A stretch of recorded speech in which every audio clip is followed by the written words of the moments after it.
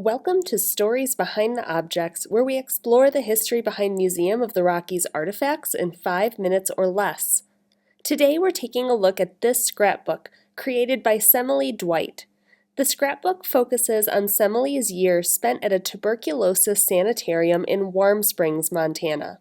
We'll use the scrapbook and other historic materials to explore what tuberculosis is, how the medical community fought this public health danger in the past, and to see the parallels to our present.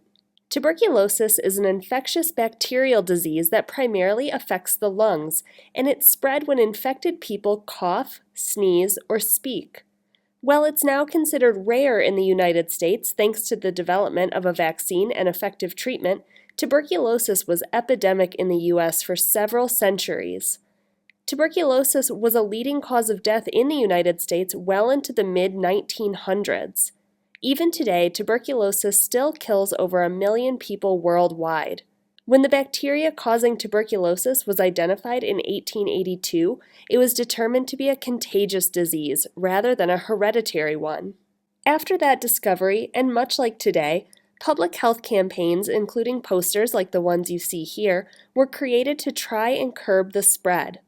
Because it was a contagious disease, in Montana and elsewhere people became afraid of tubercular victims, referred to in slang as lungers, creating such a stigma that people would lie about their conditions and continue going to work or to other social settings while sick.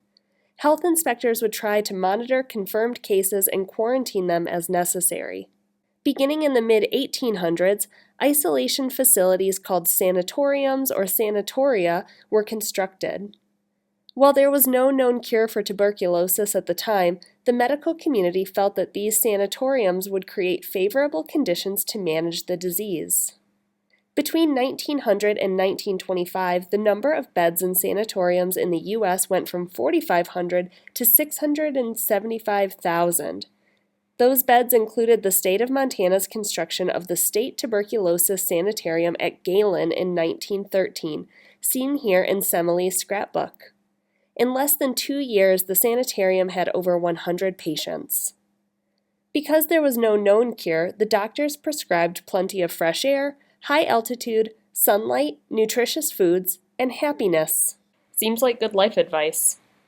Patients at Galen slept in open air regardless of temperature and only came indoors during storms or to get dressed. They had social events such as picnics and parties where they would dress up in costume. However, they generally wore pajamas and robes, as you can see in these images from the scrapbook. Tuberculosis patients entered the sanitariums not knowing how long they would be there or if they would get better. The average stay was 300 days. As a result of the isolation and the uncertainty of survival, the patients developed a subculture that was heavy on black humor. In this scrapbook, many patients wrote joking poems and inscriptions about the disease, their treatment, the staff, the food, and even about death. You can see here one of the poems titled Galen Days. The poem describes arriving at the sanitarium, the food, the clothing, the care from the staff, and the hope to get healthy and leave. The passage here reads, "Pajamas, robes, we are a sight. We gain many pounds, our eyes grow bright. We're going to win the long, hard fight. To be well again, God grant the right." Unfortunately, not everyone won the fight. Semele entered the sanitarium in 1929, leaving behind a husband and 2 children. She lived there for 9 years until her death from tuberculosis on May 17, 1938.